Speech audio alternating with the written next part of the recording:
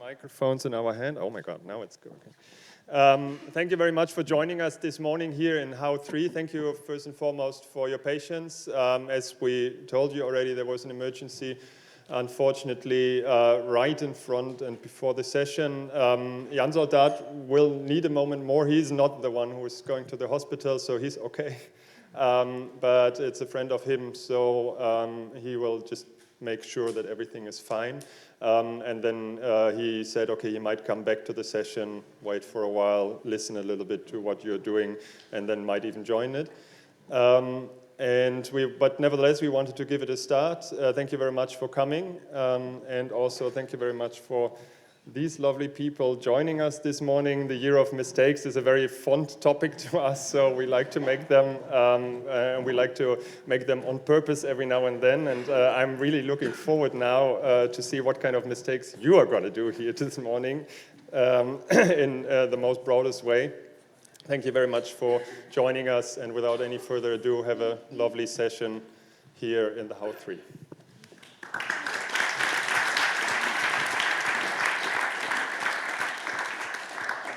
Thank you, Florian. No, actually, I think I was just telling Manuel Abramovich, our guest who's here on stage. My name is Dana Linssen. I'm a film critic from the Netherlands. I was also part of the selection committee this year, so I might have seen many of your faces actually passing by in a photograph and then reading all your applications. So it's really good to see you here. I was just telling Manuel that I grew up backstage because my parents are stage actors. And for me, there's not such a thing as a mistake, but there's just like the moment, and then we have to improvise. So it's really good to see you all, and I'm really honored that Manuel is with us. He's also having a film, Blue Boy, here in the shorts competition, so he might end up going home with one of those precious golden bears, and if not, I think he deserves it anyway, but I've only seen his film, so I'm not really honest here. But we're going to talk here about talking. We're going to talk about dialogue. We're going to talk about interviewing. And we're going to talk about how to create that atmosphere between two people. That could be a filmmaker and a subject of a film, an interviewee. But it could also include you in the audience in case you have any questions about that particular moment, that particular encounter between people that may lead to a film or that may lead to a research or a journalist article, as in my case. And we just have to be in the moment and have to be as open as possible. So welcome, Manuel, once again. I'm really glad that you're here. Has your film screened already? Yes, twice. Okay, so how was that? I just went to the first screening. It was, it wasn't the official premiere, so I just went to check the DCP because I haven't had the opportunity to watch it back in Argentina. So it was more for me. It was more like a technical experience. Than a real experience. You're from Argentina. In 2012, you were a talent here as well. So you were with them, looking at other people on stage, and now you're a filmmaker. You're based in Berlin. We have some footage from your last film. So towards the end of our talk, we're gonna also have a little sneak peek of that, in case you haven't seen it. Is there anything you recall from your time as a talent? No, it was. It was just after finishing the film school, and it was actually my first international experience in a festival, and it was the Berlinale, one of the biggest events. And for me, it was very overwhelming. About meeting people and discovering this international film world. So it was very inspiring. Okay, did you make any mistakes at that time that you learned from? For sure, I don't remember now. You forgot. But I love mistakes, so. Well, maybe you blocked them, but maybe also they will come up when we're going to throw some clips at the audience and going to look at some of your work. Maybe it's best to start with the clip from one of your first short films, La Reina, The Queen. Do we need to know anything before we're showing it, or shall we just have a look at it and then... We can know it after. talk about it. Okay, since all these clips have numbers and now we're totally reshuffling the order, the clip from La Reina is clip number 2 and we're going to watch it now. Thank you. Okay, it's interesting that we're talking about intimate dialogues and you show us this clip. Who is in dialogue with whom in this clip? It's Memi, the protagonist, the queen of it's a film about a little girl in the north of Argentina trying to become the queen of the carnival. It's like a pageant contest, but it's actually the carnival, and the other is the mother.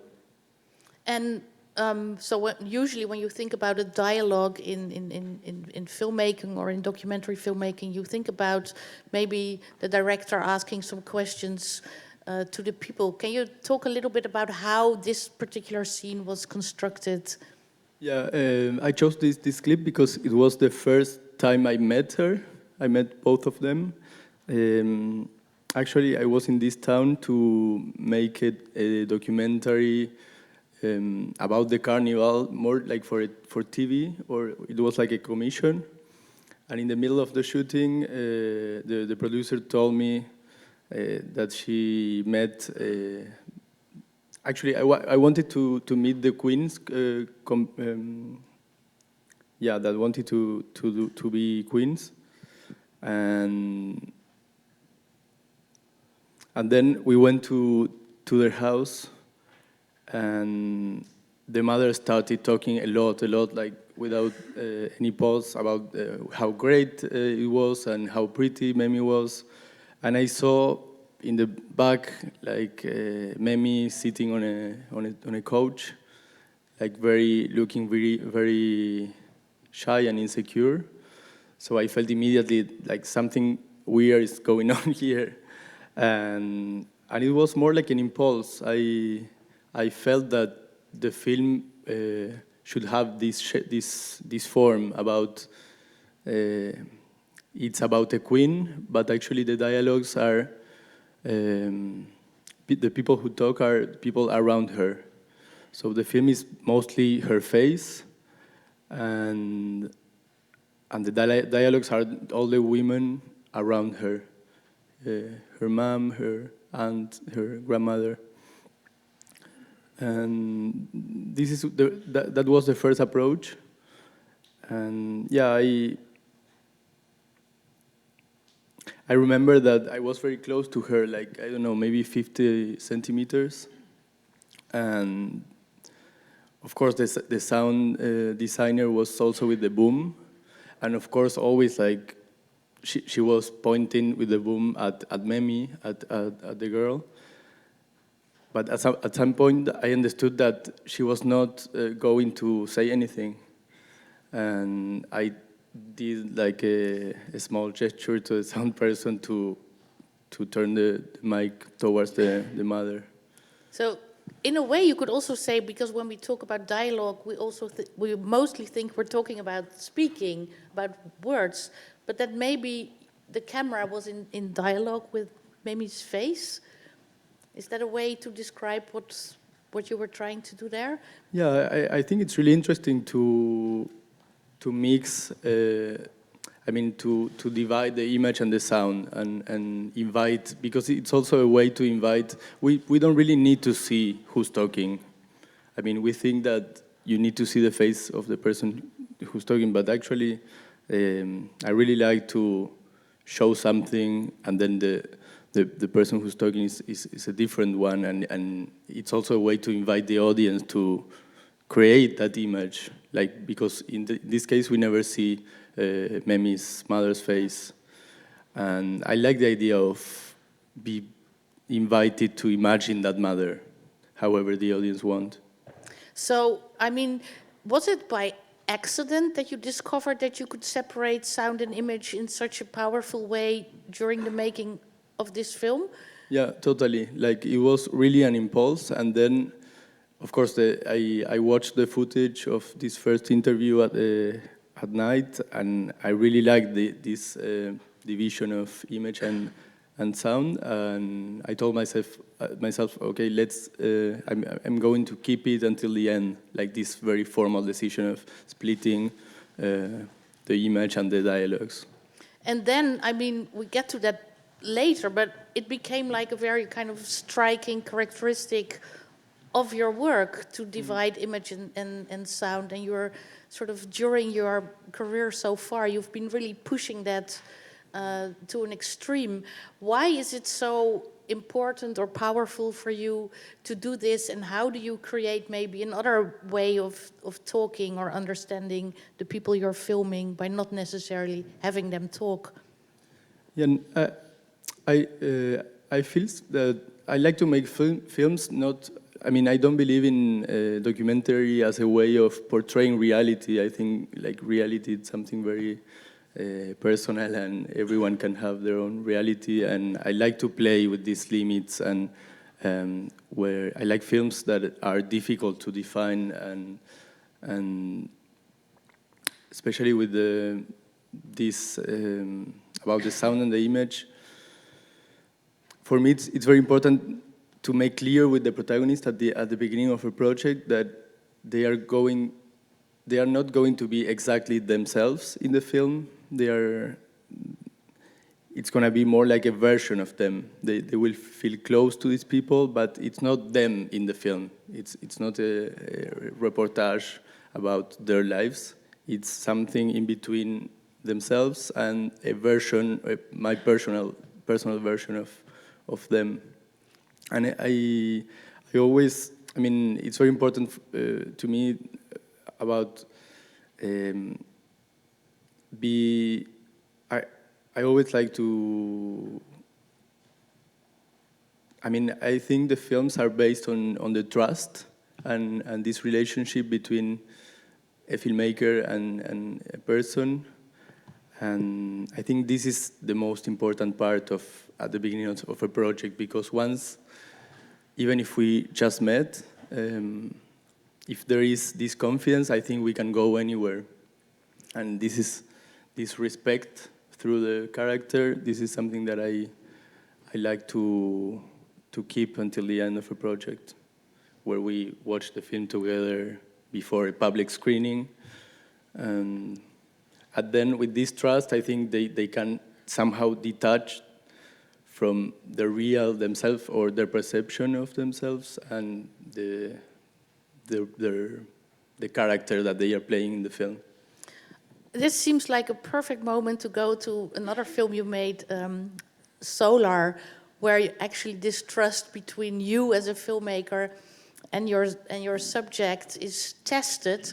But before we talk about that film, I mean, I think it's an impossible question, but I'm asking it anyway, because when you talk about creating this moment of trust, is there, I mean, these people might want to know, is there a trick? Is there a way to do it, or is it is it different every time?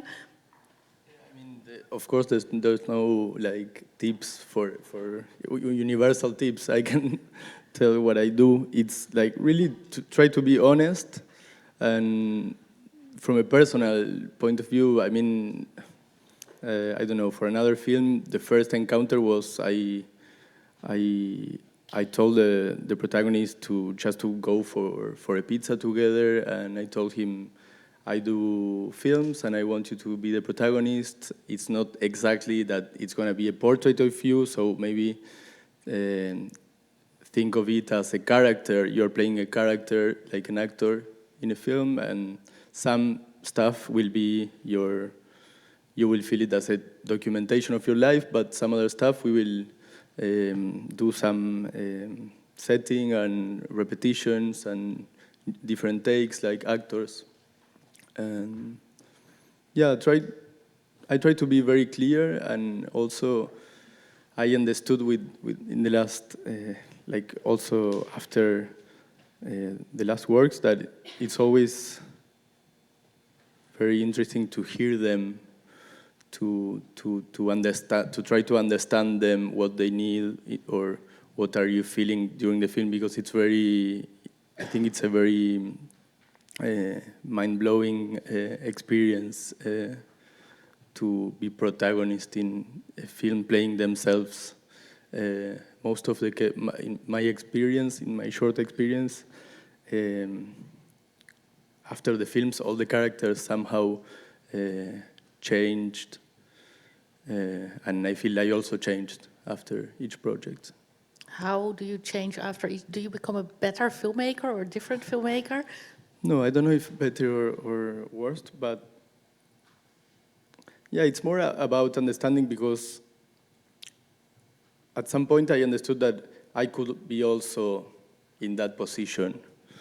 And these kind of films, I mean, what I do is it's always about the collaboration and about sharing intimacies, about sharing secrets, very delicate stuff. So there is the human component, even if it's very delicate subjects. For example, with this short Blue Boy, like it's very delicate subjects, and but I never judge the characters. I don't have even if I can have my own opinion about being a queen of a carnival, it's like I let all these thoughts besides, and because they really need to feel that I'm close to them. I'm not judging them. I'm just there, and we are doing a film together. Okay, I think that is a good advice. Not judging people, but then in Solar, your protagonist must have given you a hard time. So I'm gonna check my list of numbers again. Solar is clip number 4, and we're gonna watch it first because I think maybe about her I can say. So I wanted to make this film about a boy who was kind of a guru child in the 90s in Argentina, a spiritual thing, and we started the process, and he kind of started to challenge my role as director. He wanted, he didn't like the way I worked, and he wanted to change our dynamics, and yeah, that's how it. Yeah, he wrote a book together with his brother when he was 10 years old, and it was seen as some kind bestseller. of new age prophecy, and he was explaining the universe and whatnot. This is 20 years later. Yeah, and then it's 20 years later. So, and the clip is from a little bit midway of the film. So, clip number 4 from Solar. You don't look too happy.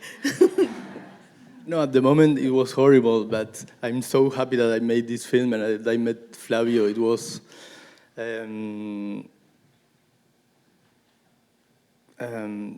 It was, I don't know, so important to make this film for me. I'm a bit of a control freak, so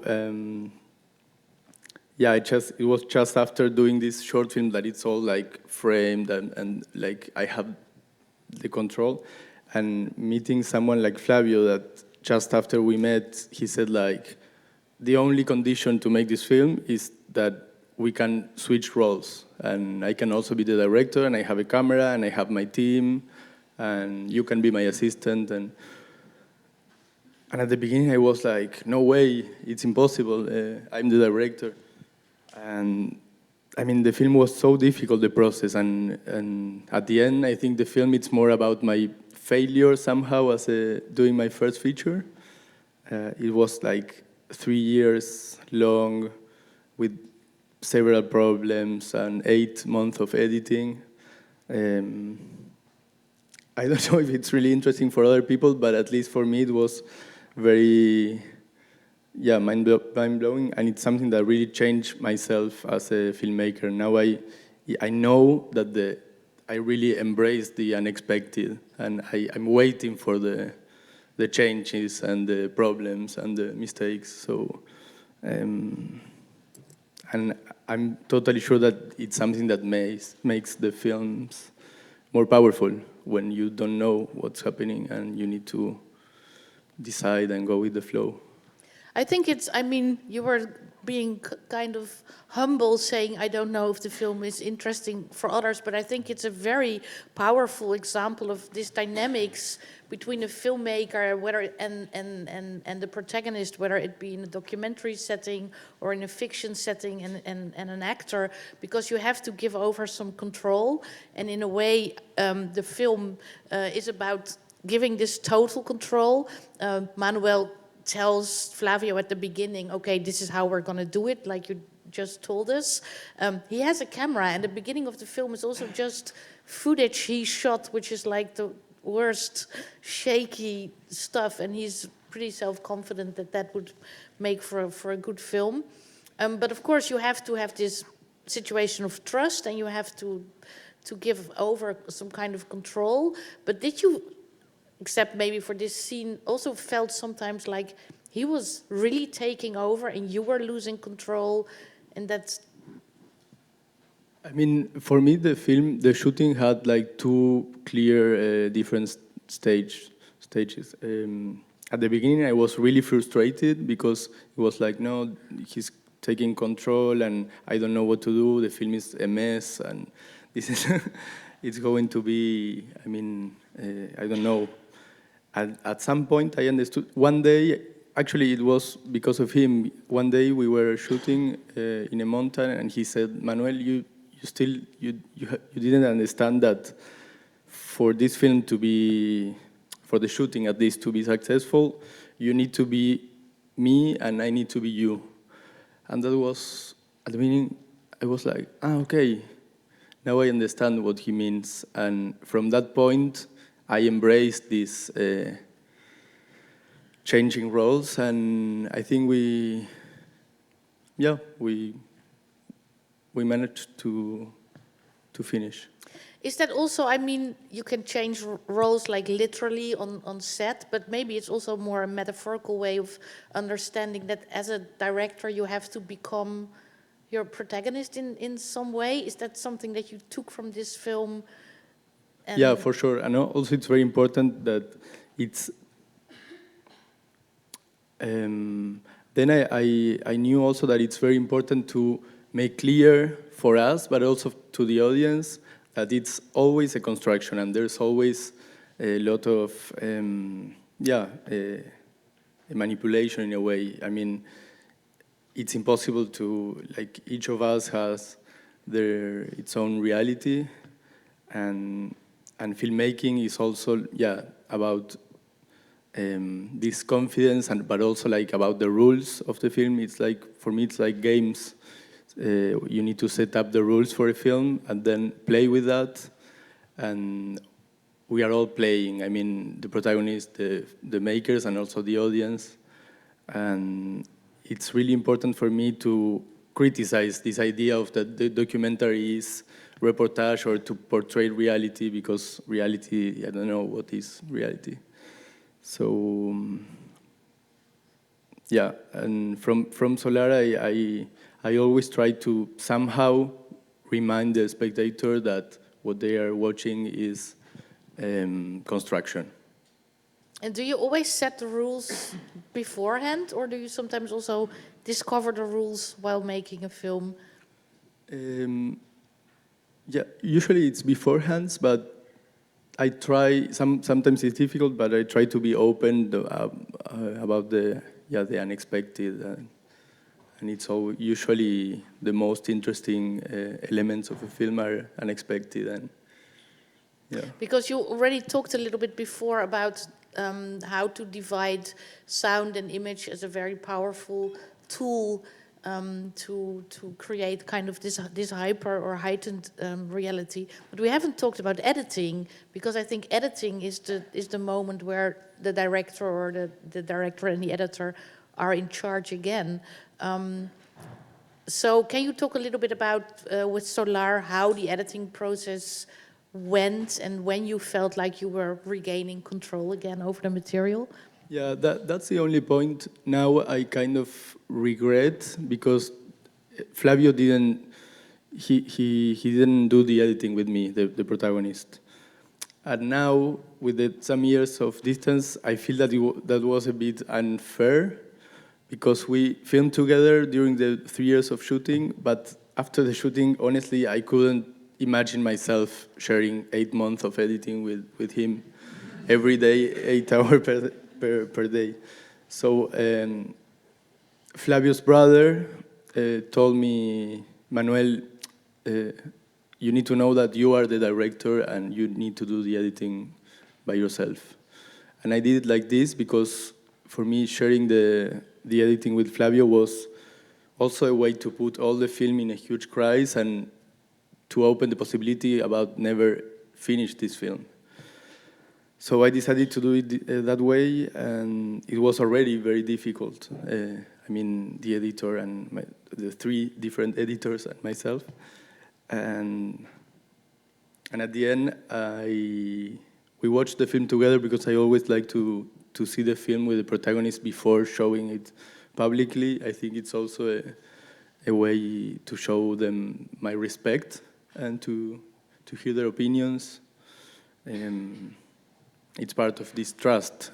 For me, that's the moment where this whole circle is full, when like this first talk at the beginning about this invitation about being protagonist in a film, and then when we see the film together, and this is like, yeah, this perfect.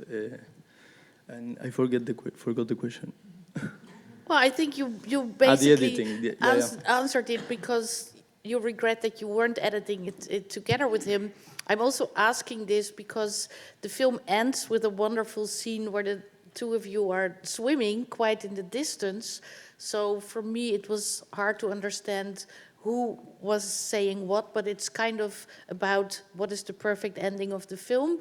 Can you describe that scene? What happens there? Because the 2 of you are swimming and discussing what would be that would be the perfect ending of the film, and then one of you says, "Let the ending start," and then actually the film ends. So who is saying what there? I just remember something else about the editing. That I remember we watched the film together, and he was very silent after.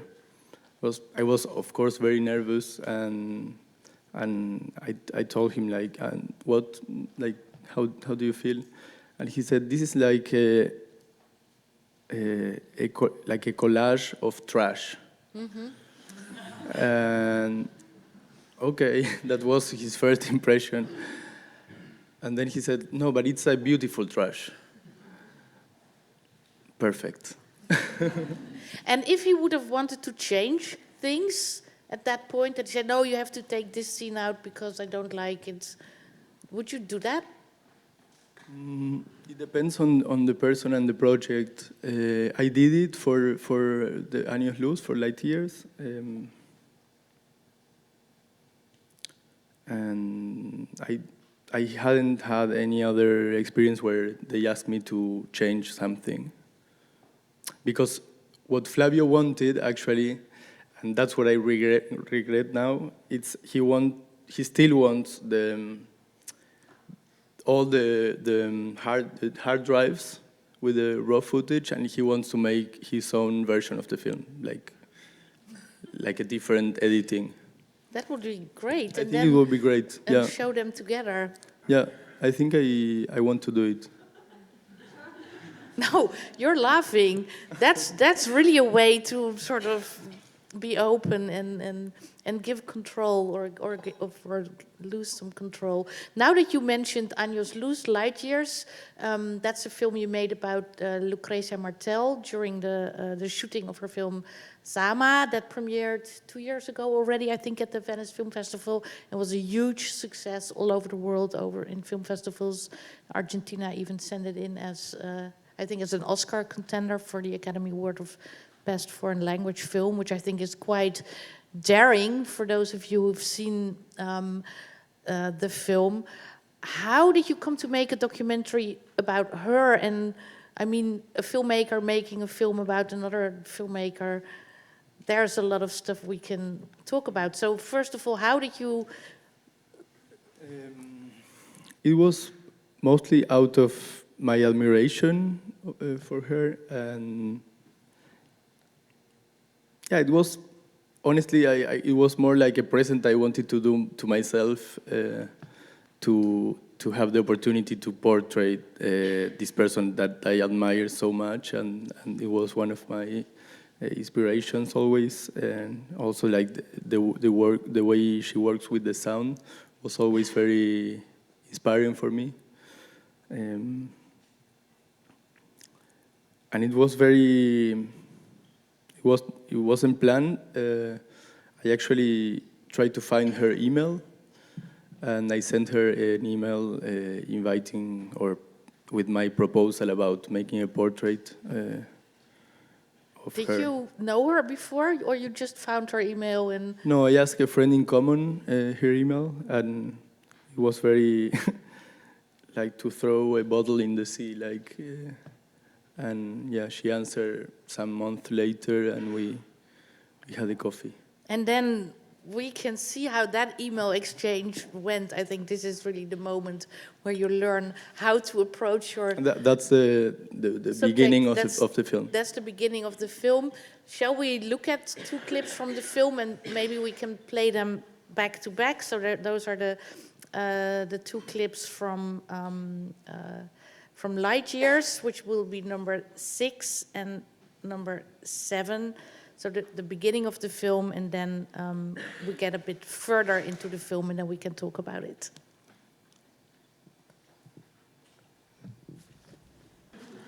Did you expect that this documentary would become so funny?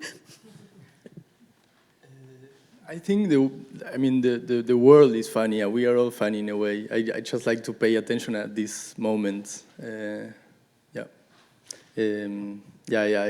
like this theatrical or performative aspect of our societies, and I feel we are always.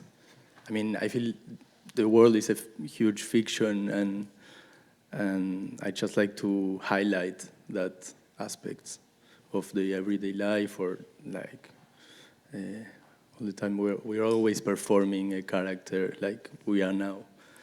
Yes, are we? Maybe we can change roles. I'm never sure if we are performing like. Do you feel like we're performing like the filmmaker and the journalist? I feel we all are different characters. Now I'm playing the filmmaker in a talk in Berlinale, but I'm a lot of characters are maybe all together, and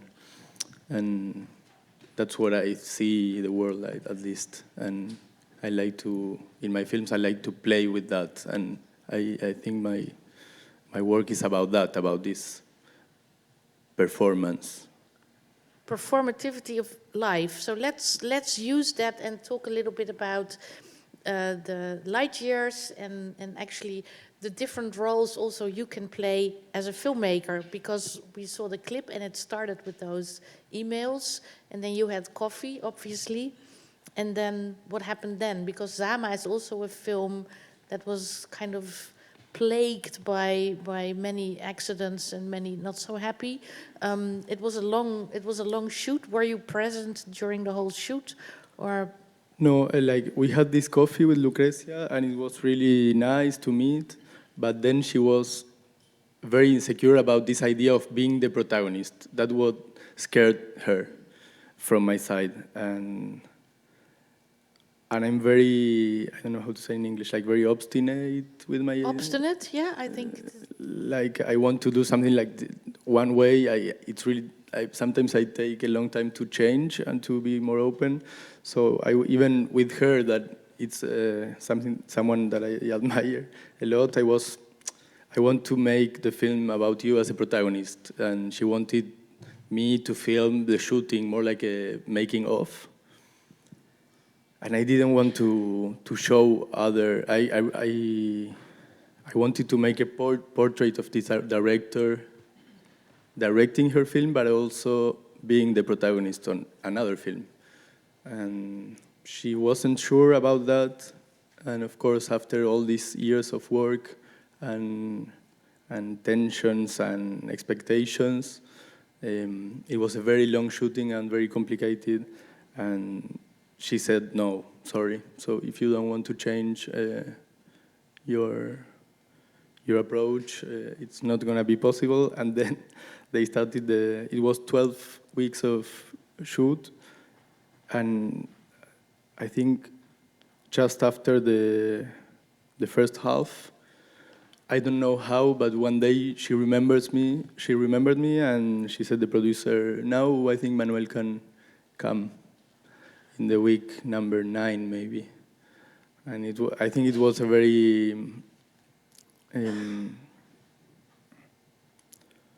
like a very nice gesture from her to remember me at that time and to remember at this documentary. And at the beginning, it was a very particular context because the only condition that I had to be by myself, alone, and I'm not used to. I do the camera always, but I don't do sound. So I had to go to the my sound designer house and have like a 2-hour course of how to do sound in 2 hours.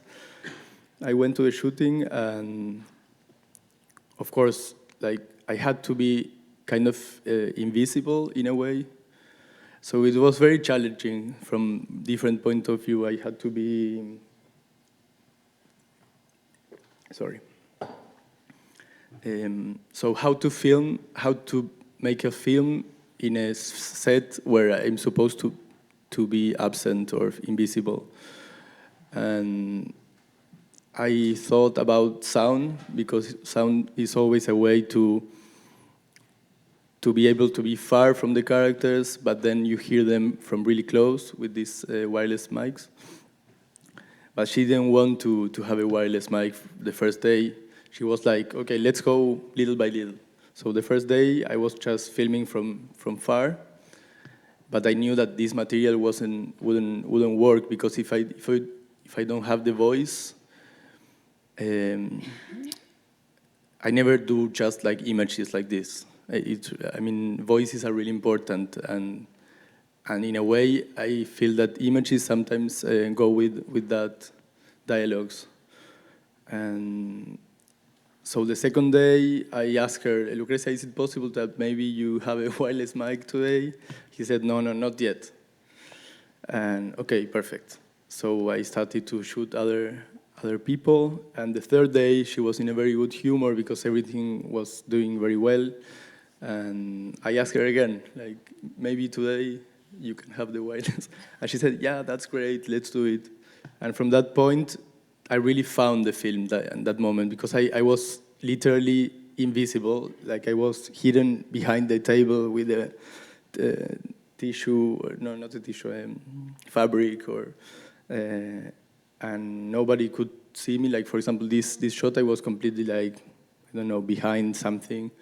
But I heard her voice all the time, like very close, and it created.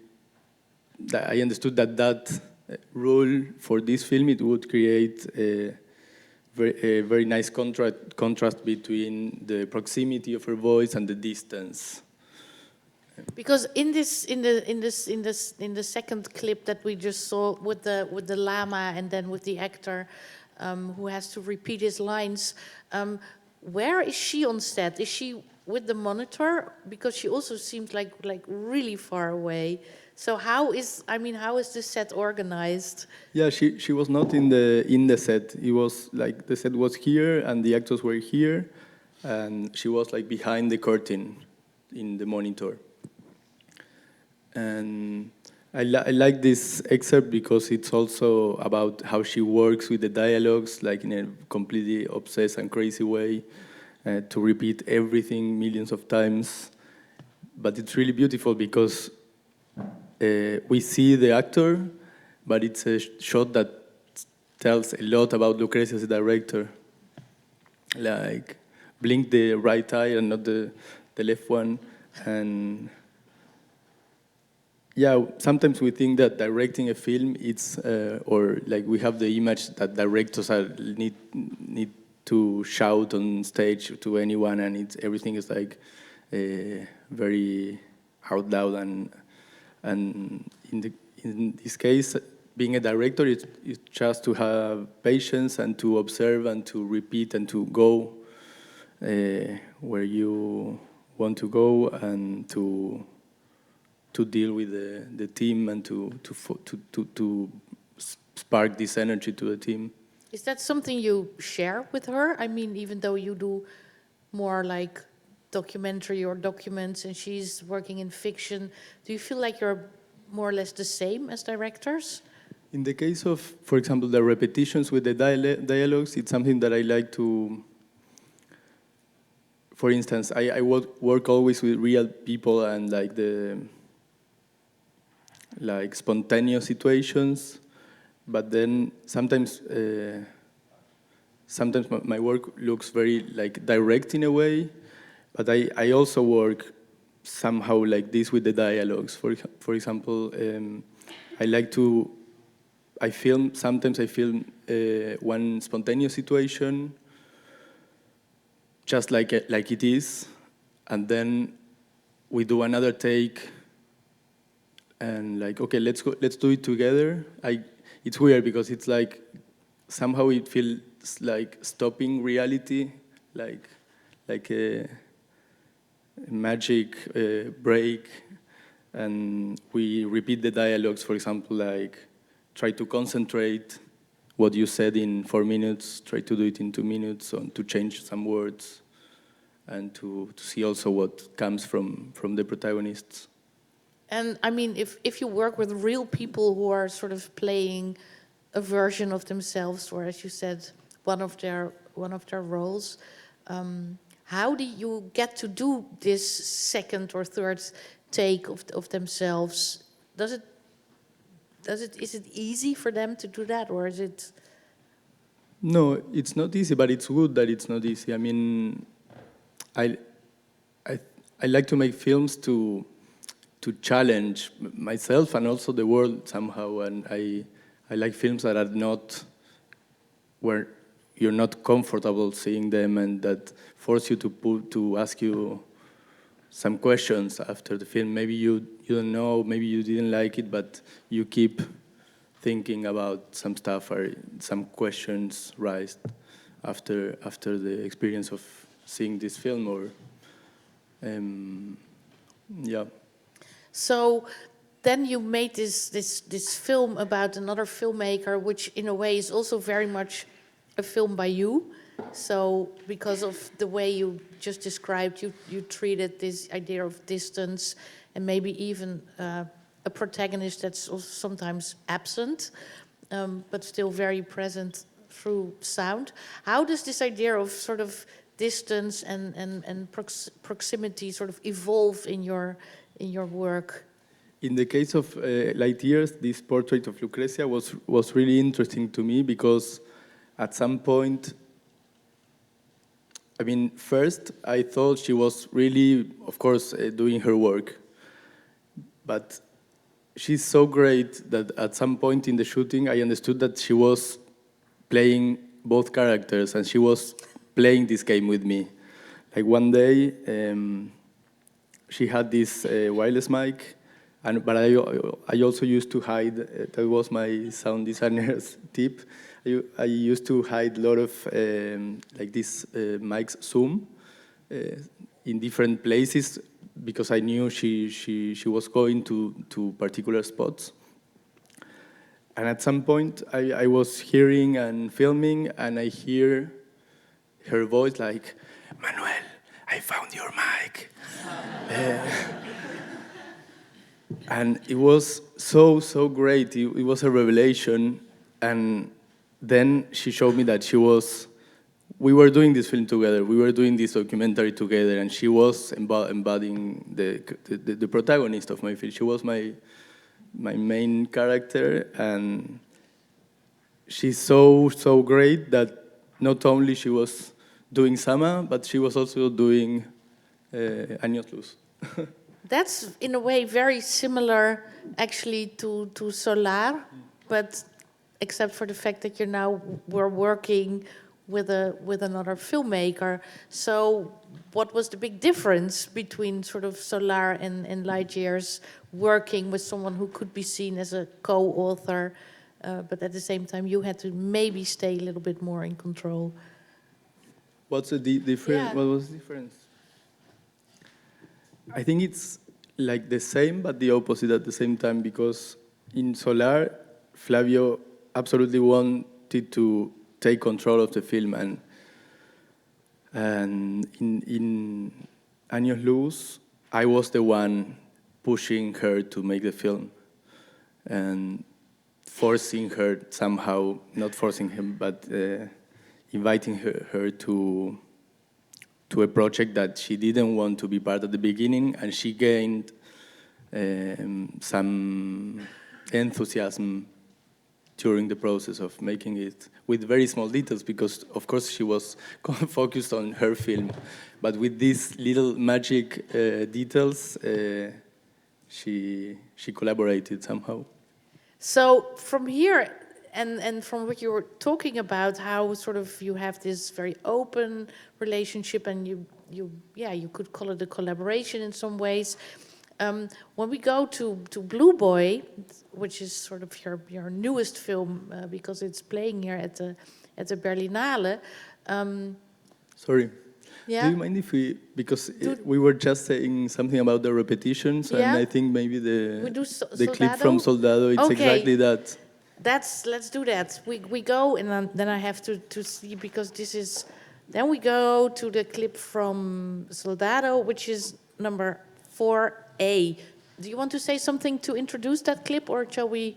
No. Okay, so we go to clip 4A, please. Okay, Soldado from 2017, played here in Berlin and many other film festivals. So, what is the situation? Yeah, no, it was exactly what we were saying before about the repetitions of the dialogues. I did it's a portrait of a young man that wants to join the army. And this is the film's beginning. I did the very long research before. It was the weird thing about the project is that I did the research. I went to the barracks of the army during 2 months every day, and I did interviews like a journalist with my phone about their experiences, their lives, some anecdotes, and from these interviews I created this script. But I knew that we would film 6 months or 1 year later, so I knew that all this script would be like a model of this path that the soldier would experience, but it would be, of course, I had to choose this new protagonist. And in this case, for this interview, I remember that I really liked one of the interviews with one of the soldiers, and he told me how was the first interview at the doctor or whatever to join the army, and he said, why do you want to join the army? It's a question that they always ask. And he said, because I want to experience something new.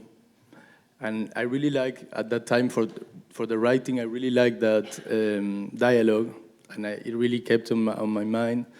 And I was completely sure that I wanted that dialogue in the film. And so we went to do this mise en scène of the first interview. It wasn't the real interview, it was a reenactment of the first interview. And I said, but when he asks you why do you want to do the army, you need to answer, because I want to experience something new. So we did this take first, and I was oh, that's great, this dialogue. We did it twice, and then just in case, I said, like, okay, let's do a third take, and now answer what you want to answer, like your real answer.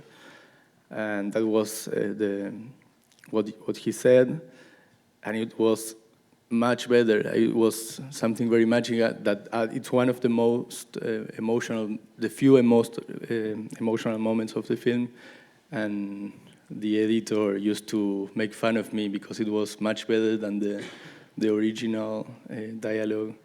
So So reality sneaked in on you, and well, as you already said, maybe sometimes reality is more fictitious than fiction.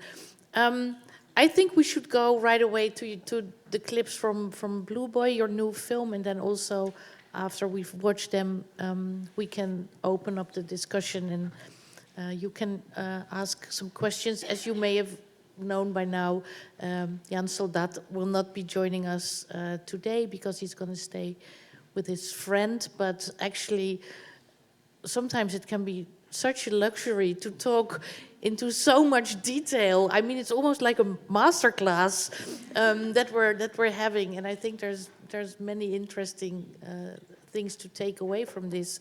So let's watch some clips from your new film, Blue Boy. I think we should do clip number 1, which is, clip number 8, which is the opening of the film, and then clip number 8A, which is a scene from the middle of the film. And then if we have time, we can also show some work in progress. But maybe just clip 8 and 8A for now. Thank you.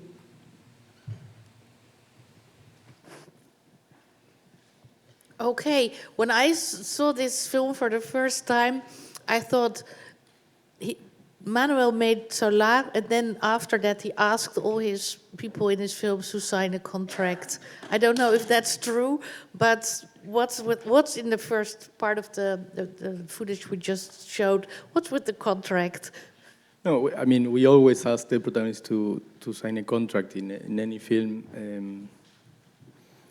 But for Blue Boy, I wanted really, they are sex workers, so they sell their body.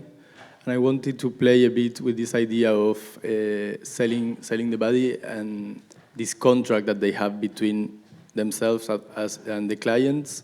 So I could say that I wanted to be in the place of a client because I was paying them for these portraits and inviting them to share their stories and their intimate lives. I wanted to make a film without all the prejudice that we have about sex workers, and in a way to empower them and to see. I think sex work is also about performance and playing characters.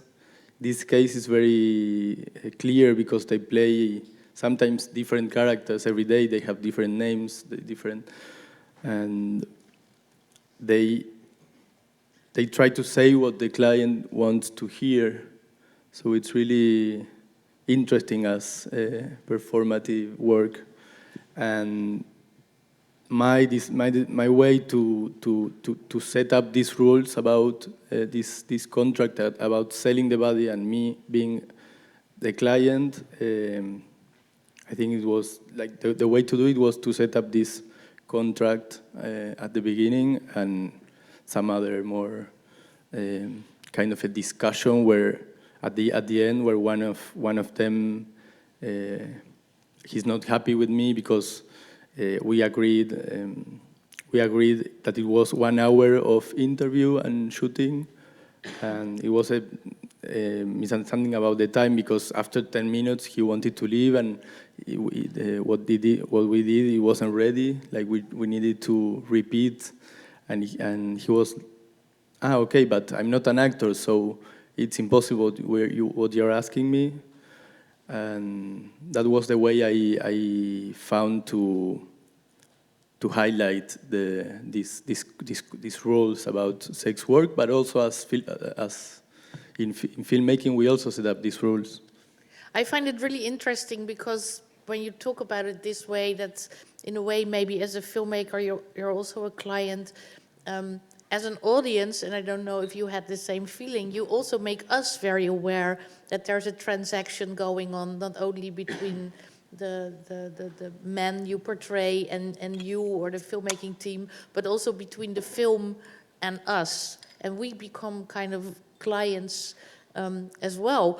But that's sort of when we zoom in on that, when you say, okay, they're playing a role and they're performing, and for every client they're maybe playing a different role.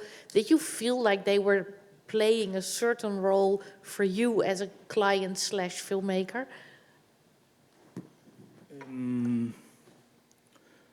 I mean, the film has two different stages, because we first did this sound shooting where they tell their stories and they play a bit and perform with their stories.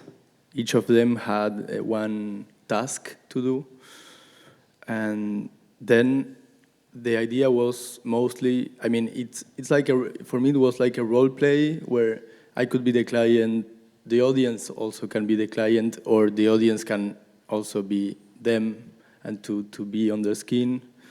But also it was really important, like the main, my main interest was to invite them to take distance from this character and to hear themselves from some distance, like to watch themselves and to hear themselves and to experience how do they react to their own stories. And yeah, sometimes it was mostly some gestures or laughings or moving, but these little gestures could say a lot about them. So let's invite the audience into our role play. I think we have this amazing microphone you will know by now that you have to throw to people. Actually, I was hoping that at some point you would just throw the mic at someone and they would need to have a question, but there's a question over here. Hi, it was an awesome work. Thank you for that. I was wondering, I could see that you kind of had a trip of losing control as a director, which was awesome, if you ask me. And at some point when she asked you, I had the sensation that the reason for losing control, I mean for you letting go of control, was because you wanted to portray pieces of reality. And then I saw the image that you did with the female director, and it was very hard for me to watch her direct the actor, because it was very controlling. And I was wondering, and you said something about, are you also preoccupied with losing control to actually give creativity to each of your collaborators, like the actor? Because each of them, it's a creator, the DOP, the actor.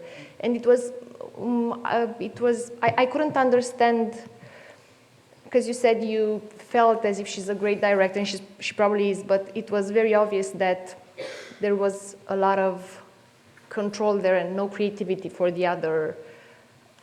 From her side or from my side? Her side. And I was wondering, what's your perspective on that? Because I felt as if your speech was going in the direction of we should see a piece of reality and everybody should be like free to create inside the team. And then I saw that, and it was a little bit... No, it's true. I mean, in that particular case of this film, the collaboration was more about what I said, these kind of magic messages in the microphone, but I didn't have it wasn't a proper collaboration. Like we were not talking almost during the shooting, because she was doing her film.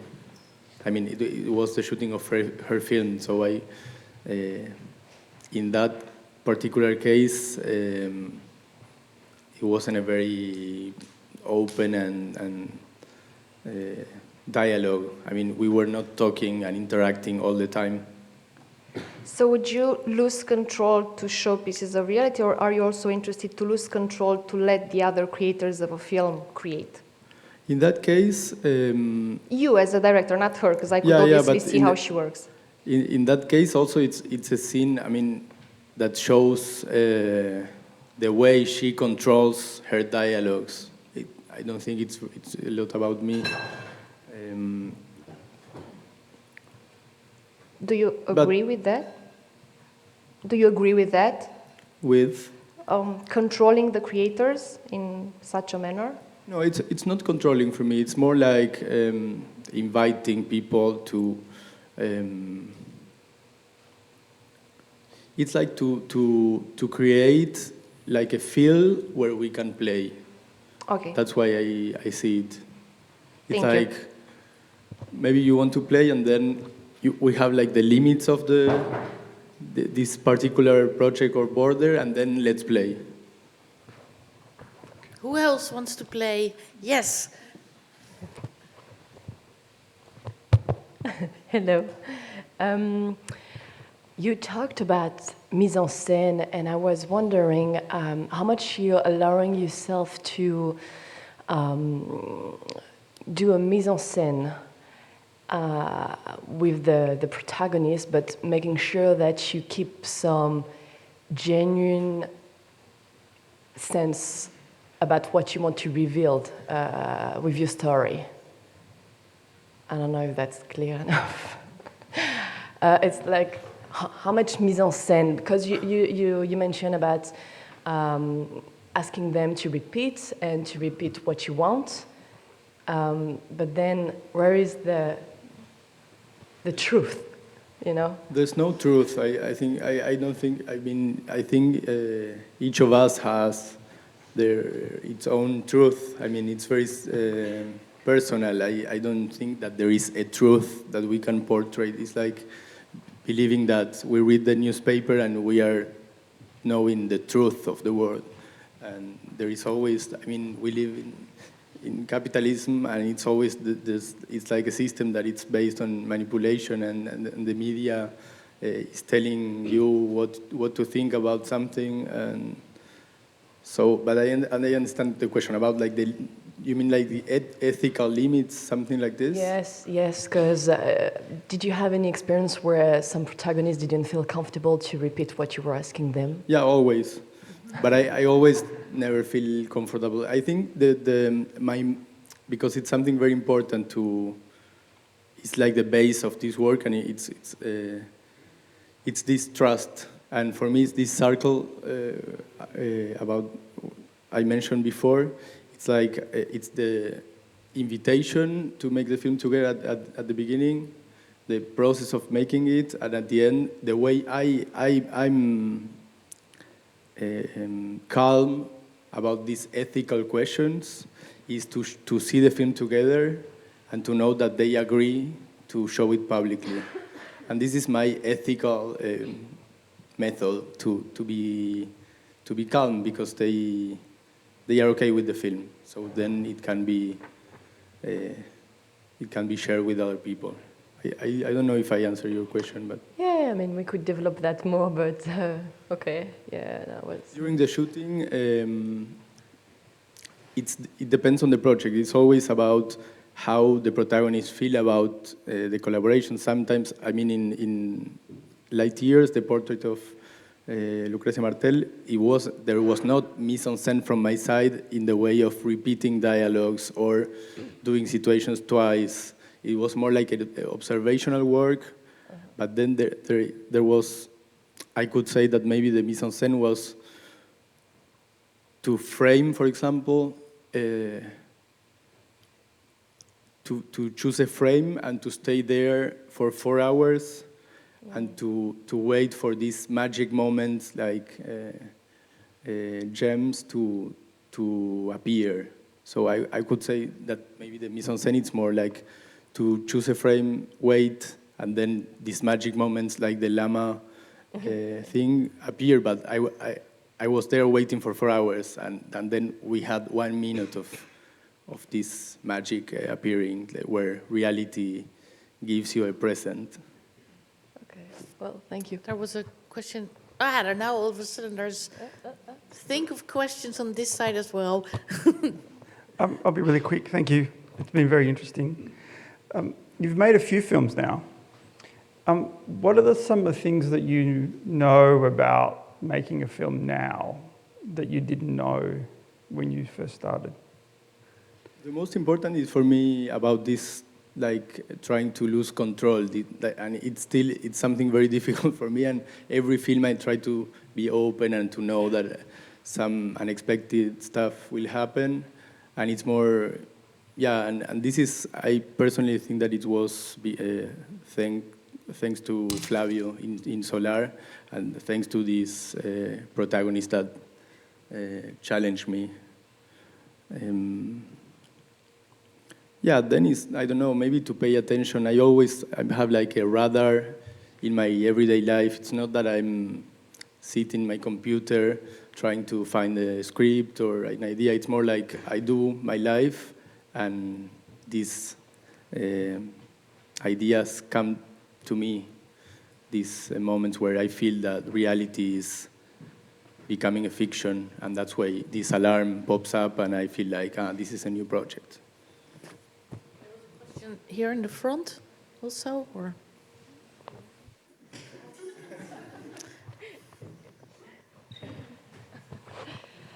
I was going to ask a question about light years, actually, and you answered it partially in speaking to that, to sitting in one location for 4 hours. But I was going to ask, how did the crew see you as a doc filmmaker? Were you welcomed onto set? Did you have to sneak around?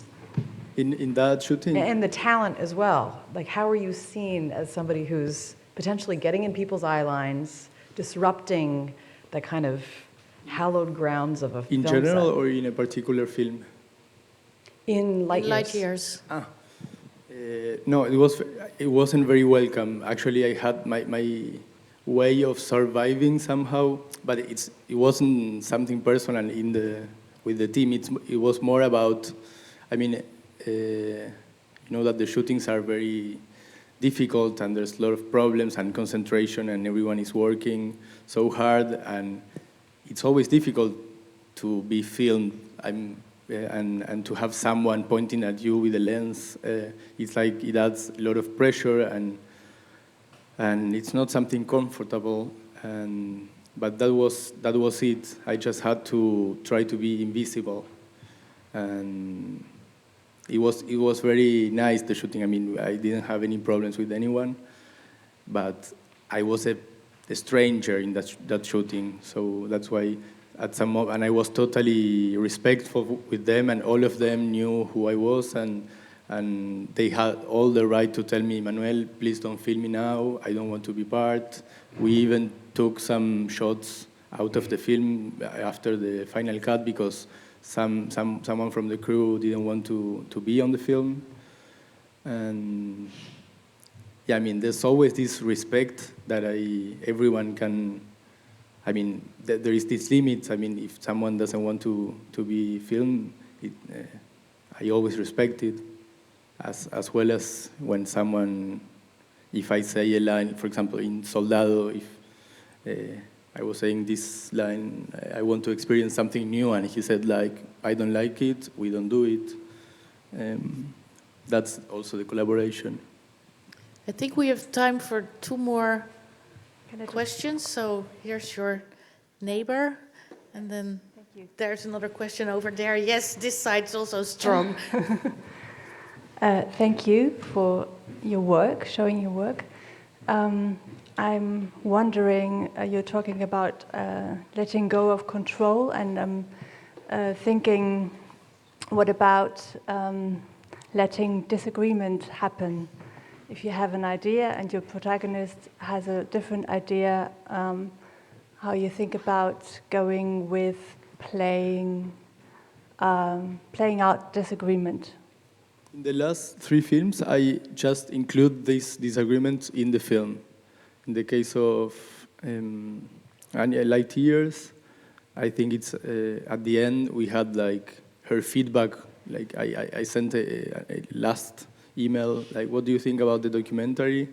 And he answered that she liked it, but she wants to talk about probably modifying some stuff. That's the end of the film. And in Solar, I think it's very clear because the film is about this power battle between me and the protagonist, and I mean, and in Blue Boy, it's also like it ends with a discussion pretty strong between one of them and me, and yeah, I feel a way to lose control somehow is to embrace these disagreements because. We like, we like mistakes and disagreements. That's why is about. This could almost be famous last words, but there was one question over there, and then we're just going to repeat those because I think this is really something to take. Hi. I was just wondering, like the examples we saw, mistakes came out into a great movie, and I don't know if you can talk about it. Were the documentaries where it totally failed, like you had to stop the process, or you always made it work? I didn't get the question, sorry. Maybe there were, like, say, with a it could easily maybe have gone wrong. Do you have an example where you started a documentary and it just didn't work out? Like the protagonist left you. And I didn't finish the film, you like mean? A mistake which was a total failure. It didn't happen because I think I understood that I had to embrace this failure and to somehow including in the film. Yes, I started projects that I never finished, but it wasn't because of this tension or failure. It was because I lost interest. But somehow I understood that I'm looking for these tensions and not looking for this tension, but I'm embracing these agreements because, yeah, it's I like films that invite you to be uncomfortable in a way for some minutes and to ask you questions and also to question reality and the world because we are used to see the world like in only one direction and sometimes I think it's interesting to take the time to question everything. Thank you so much, Manuel, for sharing these thoughts with us. And thank you for your patience.